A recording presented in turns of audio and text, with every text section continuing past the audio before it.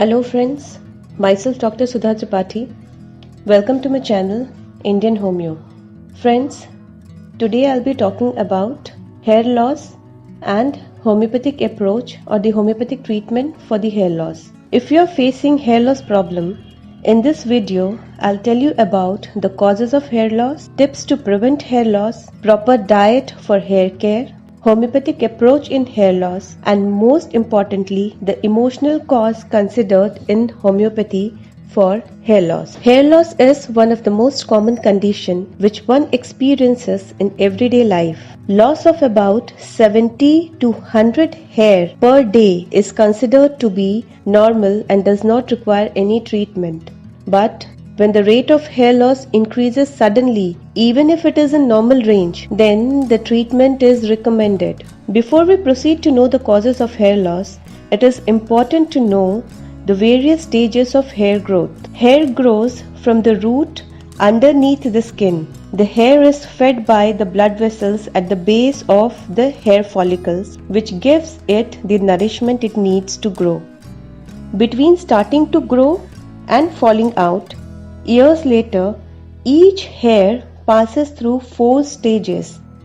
Now it is very important to know that every hair can be at a different stage of growth cycle at any given time. The 4 different stages of hair growth are: the first phase is the growing phase known as anagen. This phase lasts for 2 to 7 years and it determines the length of our hair. Second stage after the growth stage is the transition phase. This phase lasts for about 10 days, and in this phase the hair follicle shrinks and detaches. Coming to the third phase, which is known as the resting phase or telogen. In this phase, after the hair follicle shrinks, in transition phase, they enter the resting phase, which lasts around 3 months. Around 10 to 15% of hair are in this phase. The last phase is the new hair phase. While the old hair is resting, a new hair begins the growth phase. In this new hair phase is also known as exogen. The old hair sheds and new hair continue to grow. Approximately 50 to 100 hair can fall out daily, which is considered as normal hair shedding. Now if the hair enters the resting phase too early, excess of hair fall starts. Now coming to the factors that affect the hair fall or the causes of hair fall, there is a wide range of hereditary and lifestyle factors that can cause and affect the hair growth. The first most important is the poor diet. As the hair follicle are not the vital tissue, it is the last tissue in the body to get the nutritional substance. Therefore, any long-term deficiency may lead to premature hair loss. Second most important cause for hair loss considered is stress. This is one of the major cause of hair fall. Due to prolonged stress, there is production of more adrenaline, which can lead to production of testosterone and DHT, which causes hair loss by preventing the supply of nutrients to the hair follicle. Another cause of hair follicle is smoking. Smoking causes poor circulation, which can affect the amount of blood flow to the hair follicle, leading to the hair loss. Coming to the diet for hair care. Now, why diet is important for hair care? Since hair on the head is an important structure of the skin that provides protection to the scalp from ultraviolet rays of sun, it also serves as source of heat insulation and cooling. Hair cells are second fastest growing cells in our body, all of which needs nourishment to grow. Since Hair is not a vital organ or tissue. Body never prioritizes its nutritional needs. So whenever there is a nutritional imbalance, it will often show up first in the form of hair loss. Hair is primarily composed of protein, so including adequate amount of protein in diet like lentils, yogurt, seeds, chickpeas, rajma will help in proper hair growth. Second important dietary thing is ferritin or the stored iron, which is very much important for hair growth. Spinach, whole wheat bread, cereals, soybean, tofu and lentils helps in maintaining the ferritin level in our body. One important thing to note is that if you have dandruff, eczema and psoriasis, avoid dairy products because dairy products might aggravate these skin conditions. If the hair fall has already started, there are certain tips which you can follow to prevent the hair fall. First is always be gentle with your hair. Use a detangler or a wide tooth comb that might help preventing pulling out of hair. Secondly, it is very important to avoid harsh treatment on the hair such as hot rollers, curling irons, hot oil treatment. And lastly, protection of hair from sunlight and other sources of UV light. Coming to the homeopathic approach or the homeopathic treatment for hair fall. In homeopathy, the medicines are prescribed after considering the totality of symptoms. Medicines are selected on the basis of individualization, that is, by taking into consideration the cause like the emotional cause, hormonal imbalance, nutritional factor, the nature of the patient, and other factors that may be acting cause as the maintaining cause of hair loss. Now, the emotional cause which is considered for hair loss is the separation conflict, where there is loss of physical contact associated with the scalp, that is, being stroked on the head. So, hair loss is basically an expression of loss or separation from loved one, but it also expresses when someone desire to separate from unwanted relation. After considering all these factors, homeopathy medicines are prescribed. With homeopathy medicines, the hair loss or the alopecia can be controlled by curing its causes. Hello friends, myself Dr. Sudha Tripathi. Welcome to my channel Indian Homeo. Friends, today I'll be talking about polycystic ovarian disease. This polycystic ovarian disease has become a very common health condition amongst the women of reproductive age. If we look at the statistics, every 1 in 5 Indian women are diagnosed with this condition. PCOS is an endocrine disorder. In this condition, small fluid-filled sacs appear over the ovaries, which leads to irregular menstrual cycle, masculine patterned hair growth on the female body.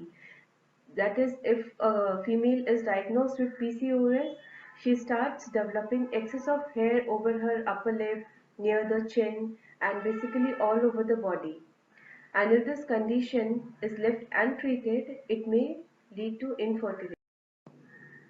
Even though PCOS is not a life-threatening disorder, but the females, those who are diagnosed with this, are at higher risk of developing type 2 diabetes and cardiovascular disorder. As per modern medicine, the treatment given for PCOS are only the birth control pills, which can only regularize the periods, but it is not a permanent cure for the PCOS condition. But with homeopathy, the treatment of PCOS is possible.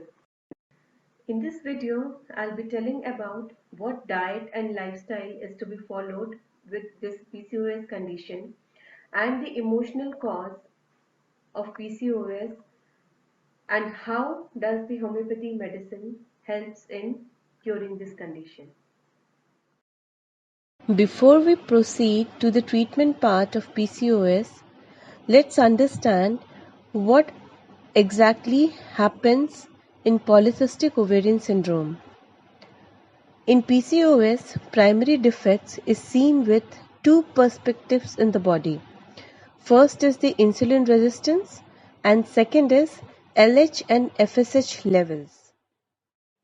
The patients with PCOS may have insulin resistance. That means the cells of our body fail to respond to insulin hormone to take up glucose for the use of energy.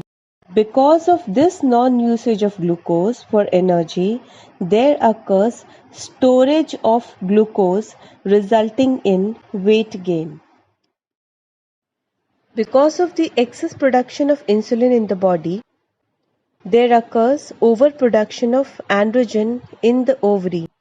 This leads to anovulation, means ovary does not release ovum. Furthermore, the two major main pituitary hormone that coordinate major changes in the body are LH and FSH hormones. These hormones are essential for reproduction. LH is the luteinizing hormone and is made in pituitary gland and secretes androgen substrates which are converted into testosterone and estrogen. FSH is the follicle stimulating hormone. FSH is also made in pituitary gland and this hormone stimulates the ovarian follicles to allow maturation of egg before release. Now both these hormones are in balance to avoid the complications. Normally, during the beginning of menstrual cycle, FSH is higher than LH. But in PCOS it is reversed and luteinizing hormone is higher than follicle stimulating hormone. Because of the hormonal imbalance, women might start noticing certain changes like due to decreased follicle stimulating hormone, ovaries are not stimulated for maturation of eggs and eventually there is no ovulation. Now, a lack of ovulation prevents the uterine lining from shedding every month, ultimately leading to irregular menstrual cycle. This uterine lining builds up for a longer period of time and the periods can be heavier than normal, leading to heavy bleeding. Due to excess of luteinizing hormone, there is increase in androgen substrate which causes increased testosterone level leading to excess of hair growth on the face and over the body. Due to insulin resistance, there is weight gain and this hormonal imbalance can also produce darkening of skin and sometimes headache in few females. Now, why there is increase in the male hormone? What was the situation where the female perceived herself as a male? The exact cause why there is a hormonal imbalance is not explained in conventional medicine. But some researchers believe that stress and the environmental factors, including diet, exercise, and pollution, may play a role. In homeopathy, before prescribing medicines to the patient, the emotional cause is also considered. In PCOS, the emotional cause considered is loss conflict, where the female has a fear of losing her loved one, something which is very much valuable to her. Like these days, females are very much career oriented, and if there is a fear of losing their career, they might develop ovarian cyst. Similarly, in cases of recurrent abortion, female might develop the cyst. Females may also develop cyst when there is breakup or death of a partner where she has the responsibility to run the family. So she needs more energy and have increase in the male hormone. The male hormone also increases in the females who have excessive responsibilities, being the single child. Once the emotional cause of the patient is found, the homeopathy medicines are prescribed after considering the physical symptoms, mental symptoms, patient sensitivity, that is, after considering the totality of symptoms. Unlike conventional medicines, homeopathy treatment is not given for PCOS just after seeing the reports. Homeopathy being holistic medicine, the treatment is given to the whole person, taking into account the mental, emotional, and the physical complaints, rather than just the symptoms of PCOS. This provides the complete cure. Food recommended to women diagnosed with PCOS is high protein diet as compared to high carbohydrate diet. A high protein diet is likely to be much more filling and reduce the insulin level and lower testosterone levels. Healthy protein source includes meat, fish, eggs, beans, and some dairy products. Regular exercises may improve insulin resistance and ovulation. Helps to burn the body fat in women with PCOS. Practicing yoga under yoga coach helps resolving the PCOS.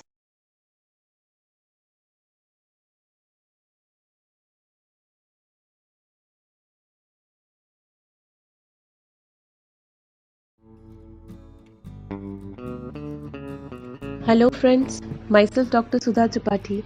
Welcome to my channel Indian Homeo.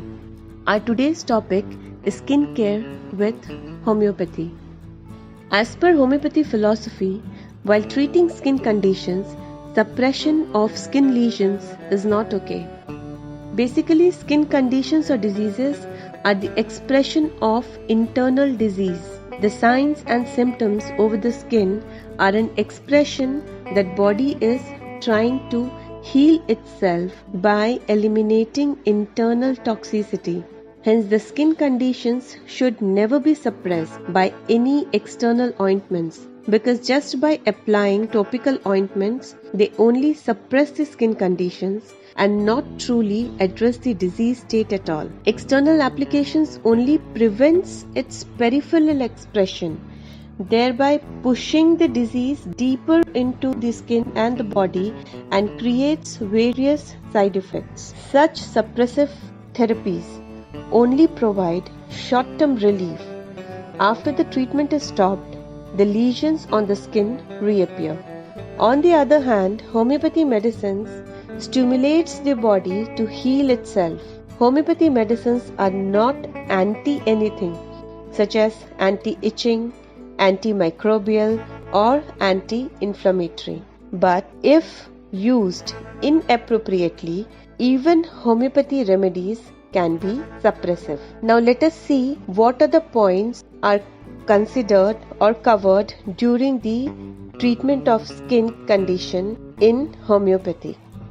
Unlike conventional medicines, where the treatment of skin conditions must include external application, in homeopathy, to cure skin disorders, the case of patient taken thoroughly. Homeopathy provides non-surgical and non-steroidal treatments to various skin conditions. In homeopathy, while curing a skin condition, unlike conventional medicines, following points are covered in detail.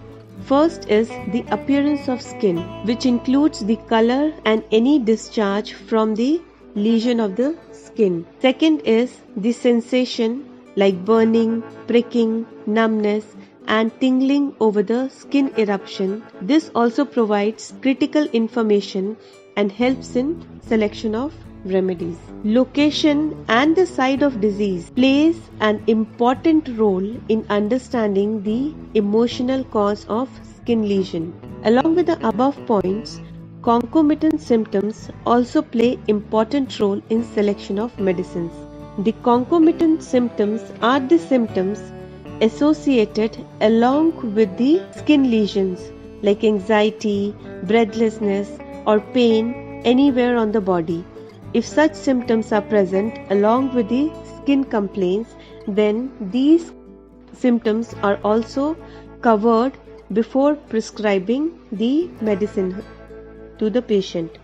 Last but not the least, for selection of homeopathic medicines, the emotional cause is also considered. Depending upon various skin conditions, the emotional cause or the conflict related to different skin conditions are different. The two major conflicts considered for skin lesions are the attack conflict and the separation conflict. The attack conflict, for instance, is attack by a person or by an animal through hit or blow against the body.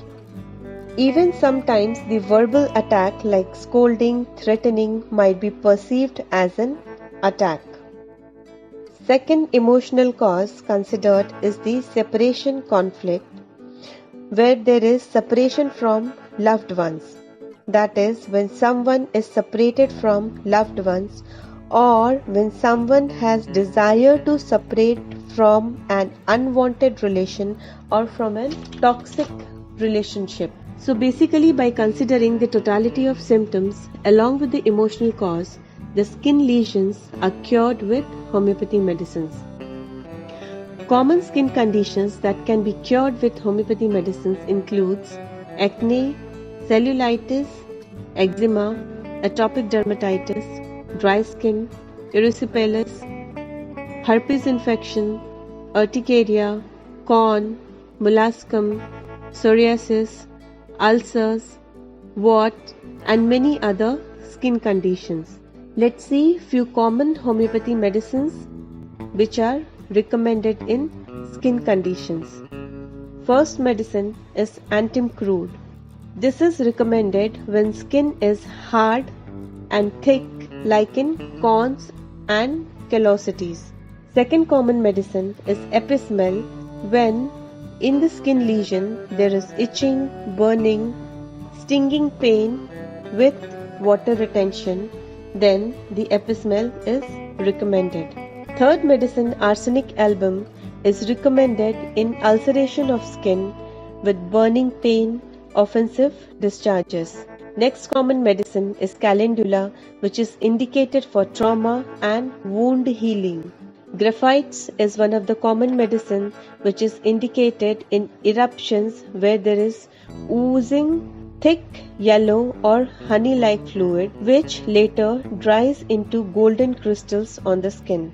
Lachesis is another common medicine which is recommended when the skin lesion is dark purple in appearance with hemorrhagic discharge, that is with bleeding. Mesareum. This medicine is indicated when there is intolerable itching in the skin lesion with thick leather-like crust under which the thick yellow crusts collect. Petroleum is another common medicine recommended for skin lesions where there is crack, fissure, painful lesions especially on hands, fingertips and soles. Rustox is recommended in herpes infection.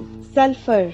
This medicine is indicated when there is marked itching and burning. This remedy is most common remedy of skin lesion. If the physical and the emotional symptom matches with the symptoms of remedy, then this medicine is prescribed to cure. Selection of homeopathic medicines for skin lesion must be done by the trained physician. Please do not take any medicine without consulting homeopathy physician for permanent cure of skin lesions. Hello friends, myself Dr. Sudha Tripathi. Welcome to my channel Indian Homeo. Today I'll be talking about migraine. Migraine is a medical condition which involves severe recurring headaches, sometimes associated with symptoms such as nausea, vomiting, or sensitivity to light and sound. Pain is usually intense and lasts for half an hour to over a couple of days. Let us see what are the other symptoms of migraine. Symptoms of migraine includes 4 different stages. First is prodrome stage. This stage lasts for 1 or 2 days before migraine. There may be symptoms such as constipation, depression, food cravings, hyperactivity, irritability, neck stiffness, or sometimes uncontrollable yawning. Second stage is aura. This occurs before and during headaches. This includes visual phenomenon, visual disturbances, vision loss, nausea and vomiting associated with the migraine pain. Third stage is the attack stage. When left untreated, this stage generally lasts for 4 to 72 hours. Following symptoms are seen in this stage: pain on both or one side of the head, pulsating and throbbing pain, sensitivity to lights and sounds, nausea, vomiting, and sometimes blurred vision. The last stage is post-drome stage. This stage occurs after a migraine attack of the patient is over. Patient may feel drained and washed out. Let us see the causes of migraine. A migraine headache is caused by abnormal brain activity. The exact chain of events of migraine is not known, but there are certain triggering factors that can cause migraine attacks. The common triggering factors includes caffeine withdrawal, changes in hormonal levels during a woman's menstrual cycle, or with use of birth control pills. Changes in sleep pattern, that is not getting enough sleep, drinking alcohol might trigger the migraine pain.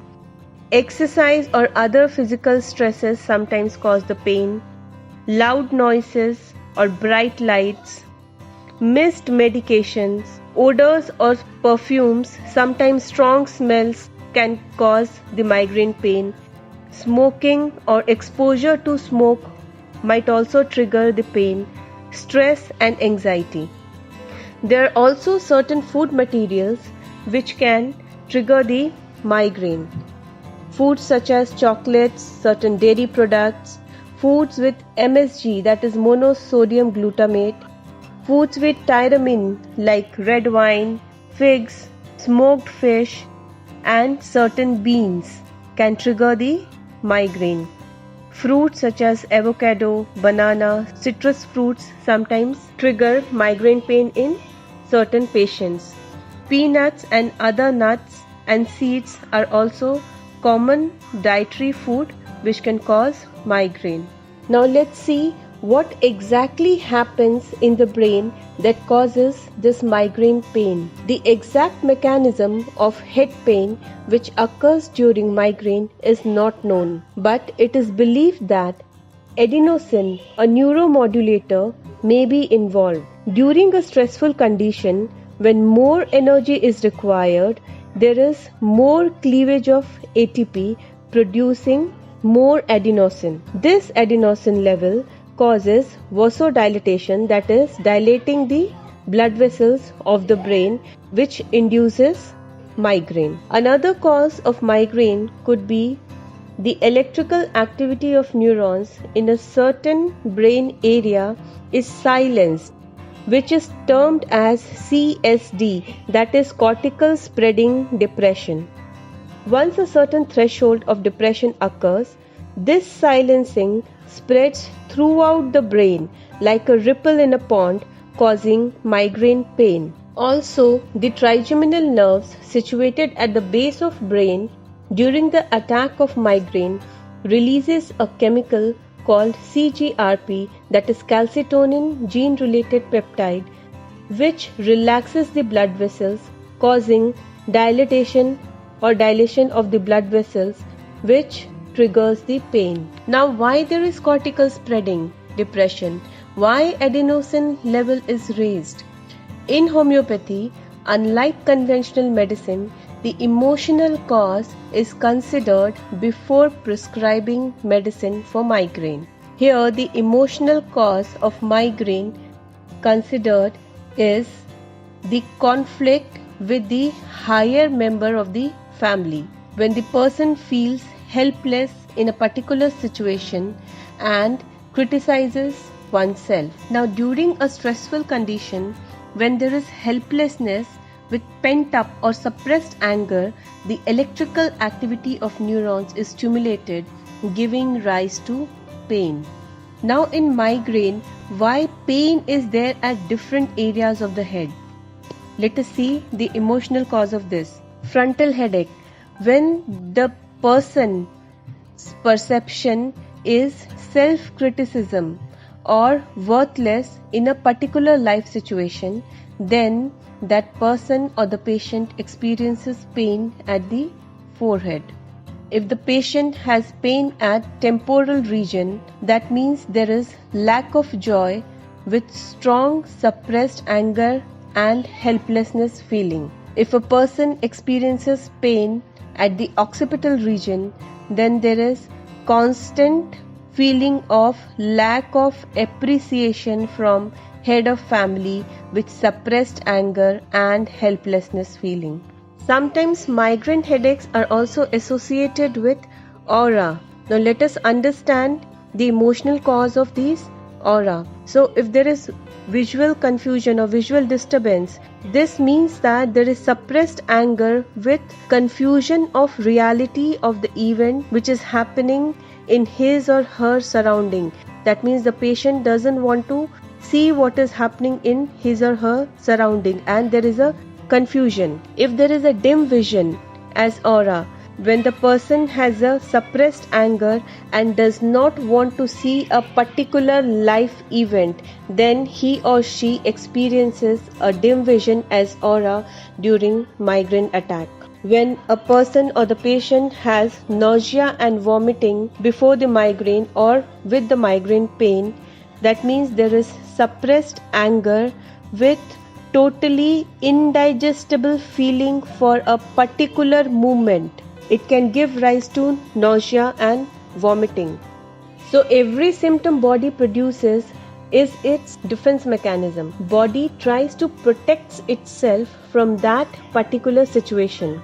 In homeopathy, migraine is cured with the individualized approach and totality of symptoms, which includes patient's physical symptoms, mental symptoms, emotional aspects, and his or her perception. Let us now see few common homeopathy medicines which are indicated for migraine. First medicine is belladonna.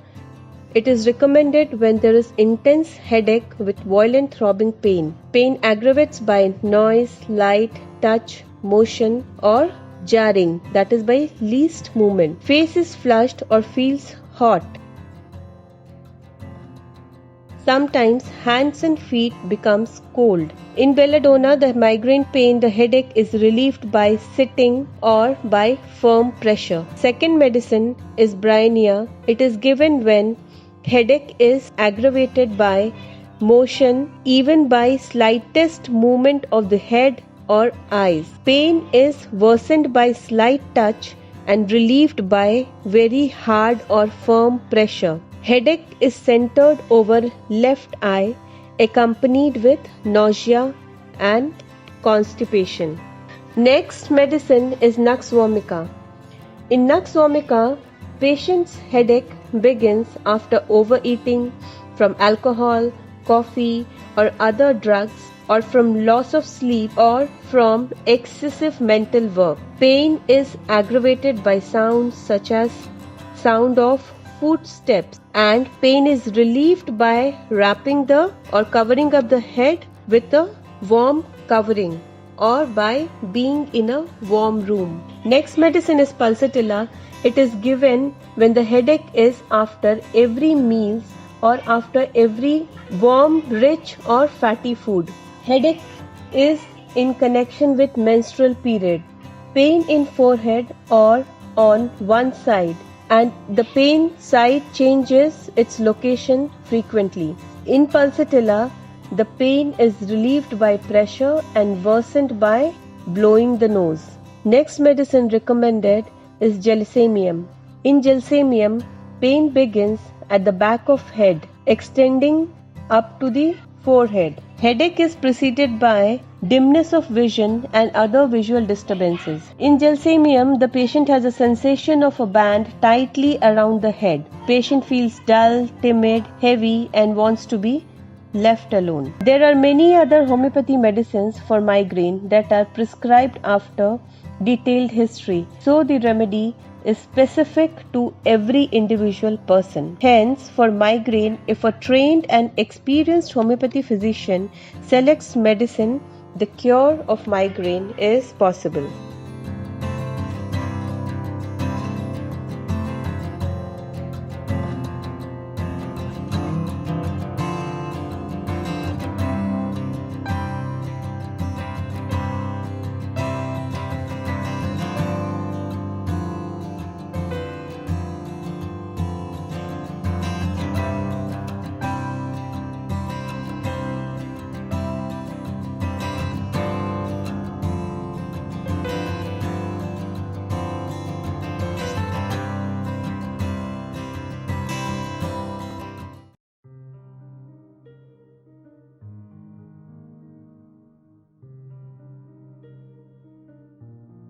Hello friends, myself Dr. Sudha Tripathi.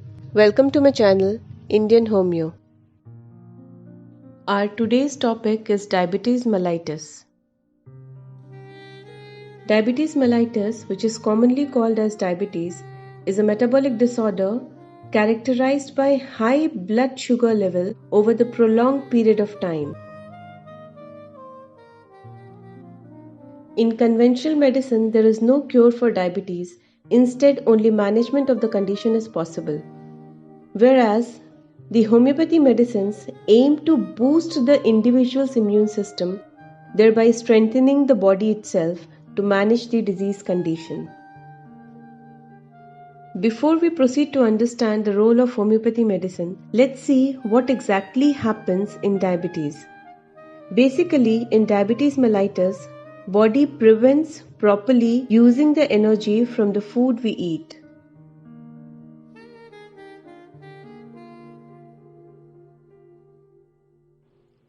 Diabetes can occur in following two situations. The first condition is when the pancreas produces little insulin or no insulin at all. Insulin is a naturally occurring hormone produced by the beta cells of pancreas, which helps the body use the sugar for energy. And in second condition, the pancreas make insulin, but the insulin made doesn't work as it should. This condition is called insulin resistance.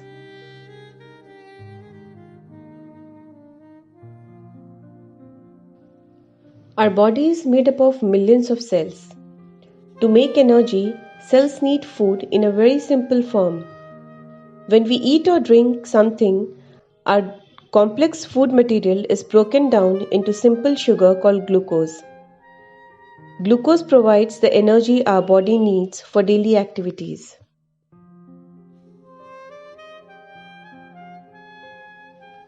Once the food is broken in the stomach in simple sugar, it gets absorbed by stomach and intestine. Then it enters the bloodstream. It travels through the circulation to all body cells. Once absorbed in the bloodstream, the glucose circulates, causing the blood sugar level to rise. This increased blood sugar level sends signal to the pancreas, which responds by secreting the hormone insulin in the circulation. Insulin is necessary to reach and be used by several important target tissues throughout the body. This includes liver, muscle, and adipose tissue. Insulin is necessary to keep glucose levels stable in the body. Let's see the classification of diabetes. As per conventional medicine, diabetes is classified into two main types. First is type 1 diabetes and type 2 diabetes. Type 1 diabetes occurs due to destruction of beta cells of pancreas. These are the cells which produce insulin.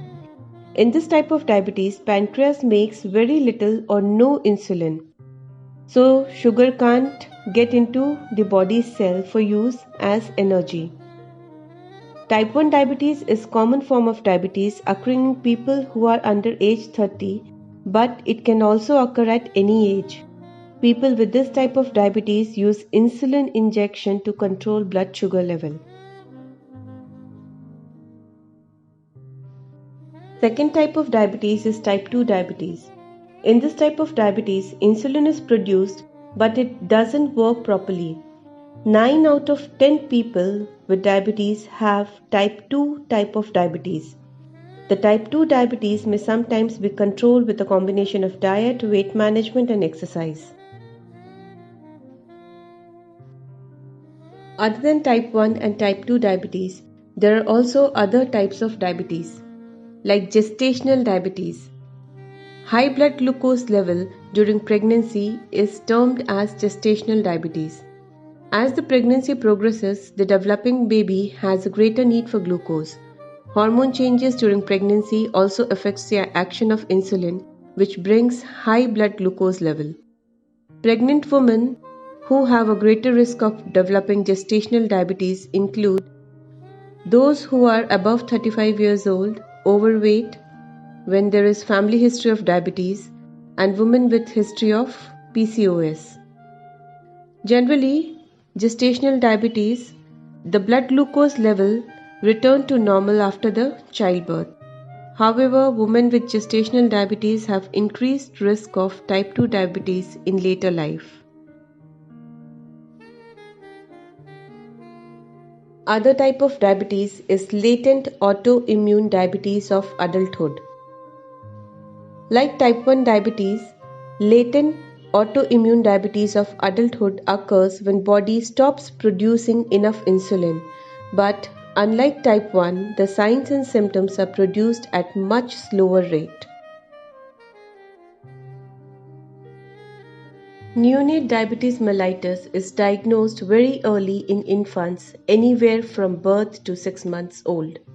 The condition can be temporary and disappear later, called transient neonatal diabetes mellitus, or it can be permanent neonate diabetes mellitus.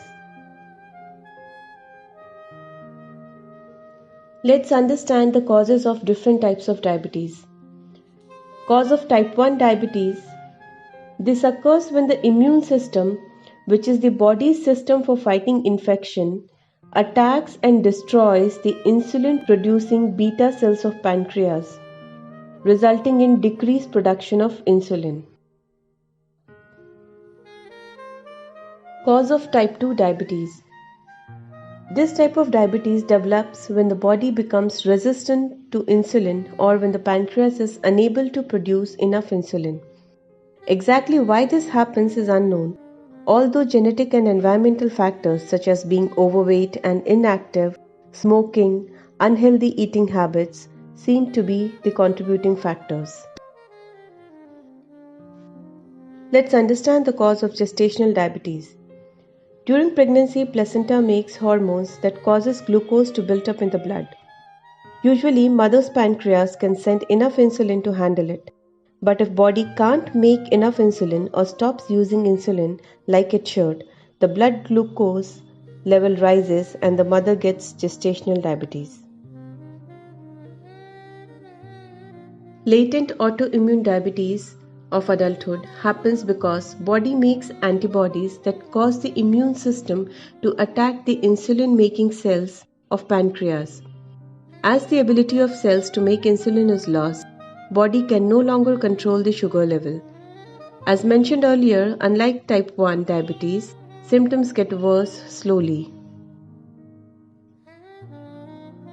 Maturity onset diabetes of the young usually shows up in adolescent or young adult.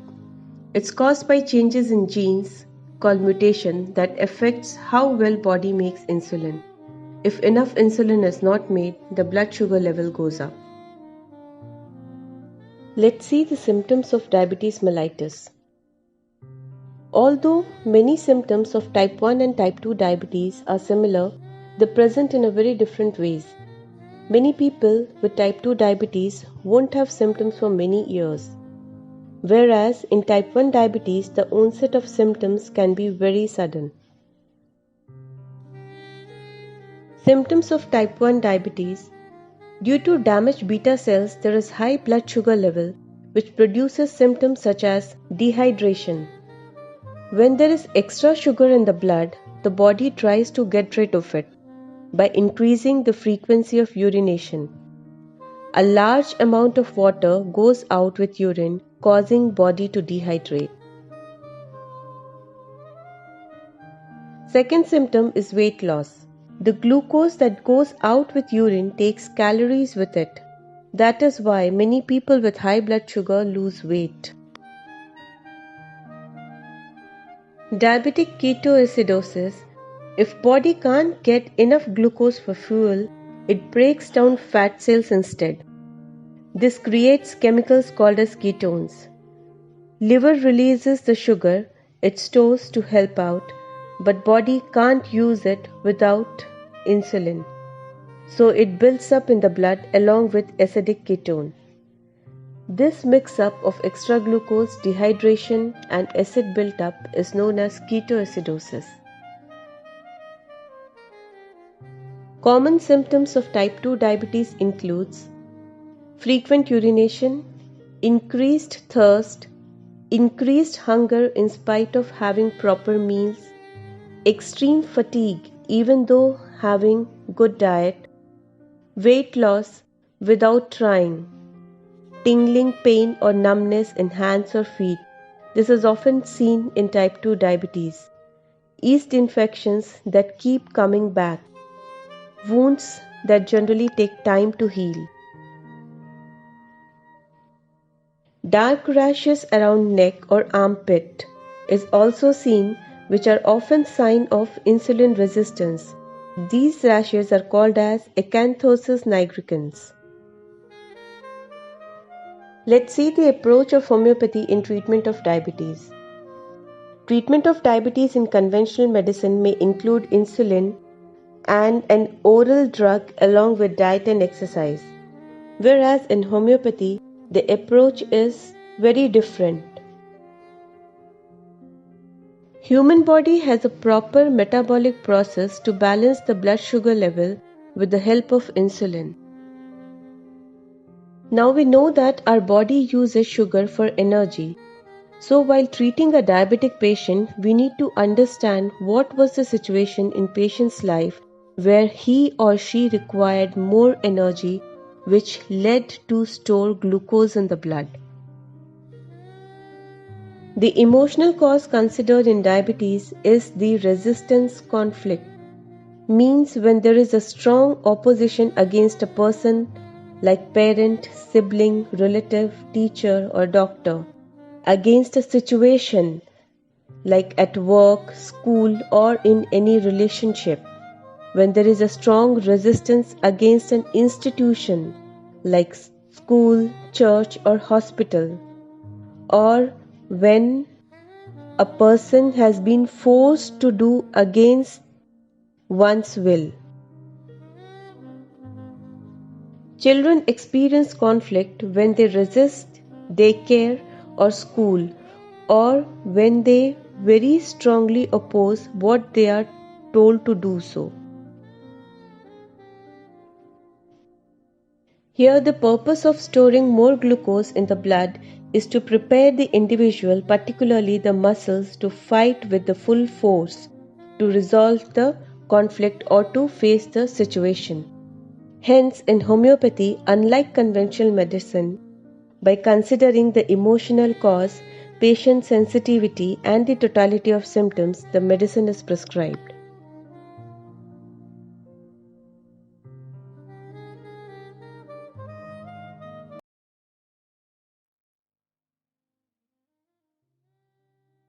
Hello friends, myself Dr. Sudha Tripathi. Welcome to my channel, Indian Homeo.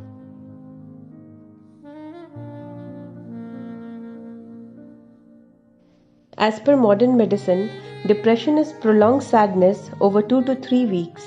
Depression is as real as any physical disease, where one starts feeling sad, low, and hopeless. No matter how bad the depression is, one can come back to the normal life with disciplined life and homeopathy medicines. Never hesitate in visiting health expert if you feel depressed. According to WHO, 1 out of every 5 people in India may be suffering from depression. Depression can hit you at any stage of life, and there is nothing to be ashamed of. One can overcome with depression with their will and determination. In this video, I'll share you how to come out of depression as soon as possible. Once you decide to self-help to come out of depression, follow the following tips. First tip is diet. Mood is affected by brain and brain by chemicals or hormones. Chemicals or hormones which are affected by the diet.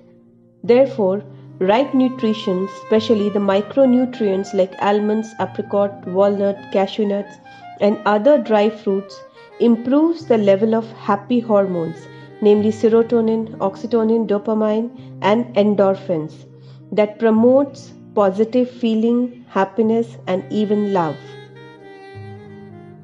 Second is exercise. Exercise also releases endorphin, which helps feeling really good. Hence, regular walking and exercise is recommended when you feel low. Sleep is also very important in maintaining the mental health.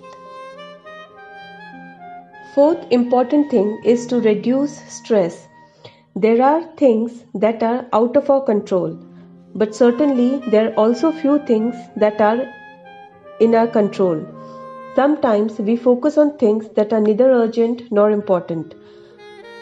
So we need to train ourselves to focus on urgent and important things. One can also take the expert's help to reduce stress. Next important tip to come out of depression is to educate yourself. Learn something new, keep your brain fertile. This can definitely elevate your self-esteem. Spend time with people with whom you feel comfortable or with whom you feel good to talk. Share your thoughts with them. Be compassionate and help others. Even simple things like cooking for someone you love elevates your mood. Nature. Most effective way to feel good is to be with nature. Spend some time in greenery. Grow green plants at home. Do things that you enjoy. This increases your hormones like dopamine, oxytocin, serotonin, and endorphin that make you feel good. This good feeling gives optimism, energy, and higher focus. And most importantly is meditation. Meditation resets the mind by reducing the frustrated feeling, reducing the agitation. Meditation increases the serotonin level in the body, thus decreases the low feeling. One can meditate by simple breathing techniques. So if you are ready to self-help yourself, follow the above tips, you will certainly feel better. Still, if you feel depressed, don't delay in taking advice from an expert.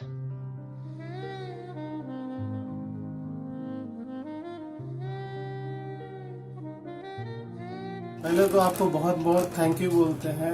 आपके वजह से, आपके विचार के वजह से हम मतलब कि गलत स्टेप लेने जा रहे थे, सुइसाइड करने जा रहे थे, वहां से बैक किए और लाइफ को बहुत नॉर्मल जिए और नॉर्मल जीते जीते आज गजब का अचीवमेंट मिल रहा है और गजब का ट्रैक मिला है जहां से पैसा कोई बड़ा चीज नहीं है। और जो लाइबिलिटी मेरा 10 लाख का मेरे लिए पहाड़ लग रहा था, आपका एक वर्ड कि है तो है, लाइफ में चलते रहना है, वो तो सद ही जाएगा, कि कोई अगर तगड़ा तगड़ा तो बोले मिलेगा। आपका ये छोटा सा वर्ड मतलब मेरा पहाड़ को भी धूल बना दिया और लाइफ को हम कंटिन्यू किए। आज गजब का सक्सेस के पाथ पे निकल चुके हैं और जहां से बैक करने का तो रास्ता नहीं है, कामयाबी जरूर मिलेगा, ये एकदम तय है, गारंटीड है। Thank you very much ma'am.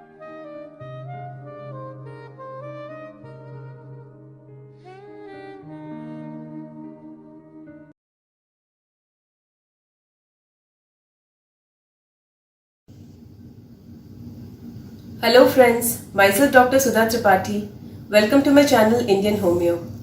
Our new series of video will be on respiratory tract infections or respiratory conditions. Before we begin with any respiratory condition, Let us understand the difference in upper respiratory tract and the lower respiratory tract. The upper respiratory tract includes the nose, the nasal passages, the sinuses, the pharynx, and the portion of larynx above the vocal cord. Whereas the lower respiratory tract includes the portion of larynx below the vocal cord, the trachea, bronchi, and the bronchioles. Let's begin with the complaints of upper respiratory tract. The upper respiratory tract infections are the most common cause of visit to the doctor.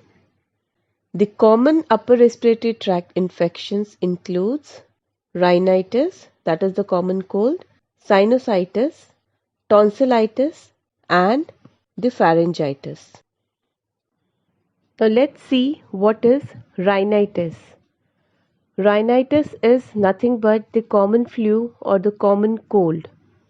It is the inflammation or the thickening of lining of nasal mucosa, which leads to sneezing and congestion in the nose, itchy eyes, sometimes watery eyes also. Sometimes few patients complain with sore throat or itching in the throat, nasal congestion which leads to breathing from mouth.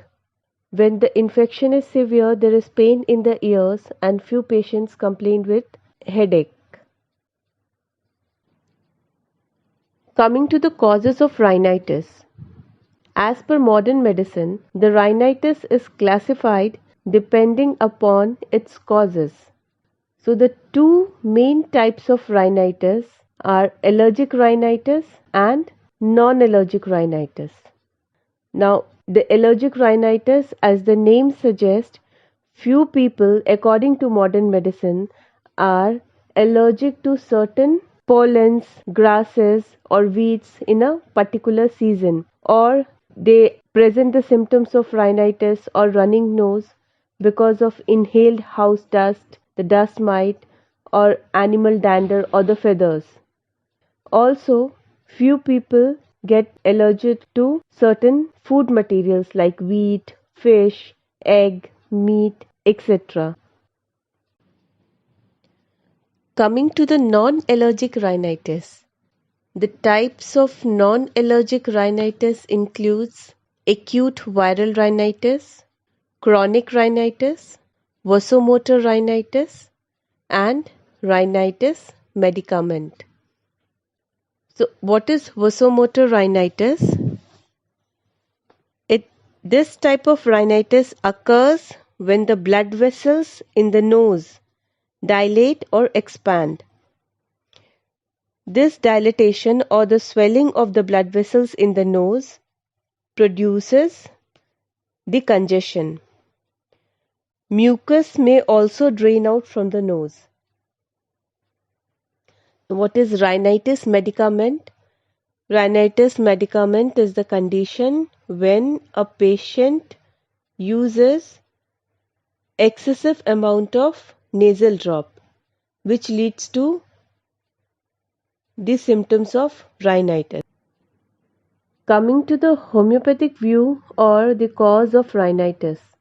In homeopathy, we consider why a particular person, why only one person in the family is allergic to particular food or to the dust or to the animal dander or to the feather. Why only in one person, or why only few people are affected due to change in the season. So here the cause of rhinitis is considered as the stink conflict. So what is the stink conflict?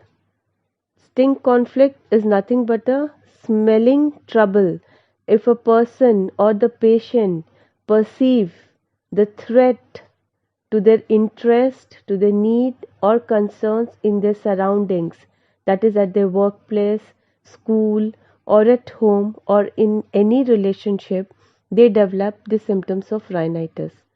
Now, this stink conflict can also be experienced when there is exposure to certain unpleasant smell like cigarette smoke or the smoke from industry, or few people are also sensitive to the smoke of agarbatti or dhuni. So when the person believes that such smoke can be harmful, then they start presenting the symptoms of rhinitis.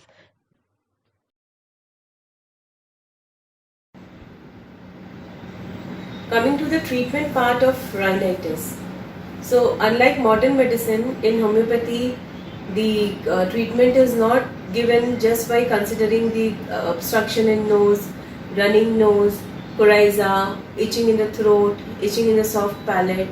But here, the emphasis is given on the mental symptoms of the patient and the physical complaints of the patient. So I'll be telling you a case which was there at Indian Homeo. There was a girl of 15 years. She used to live with her parents in US and she had come to India to meet her relatives.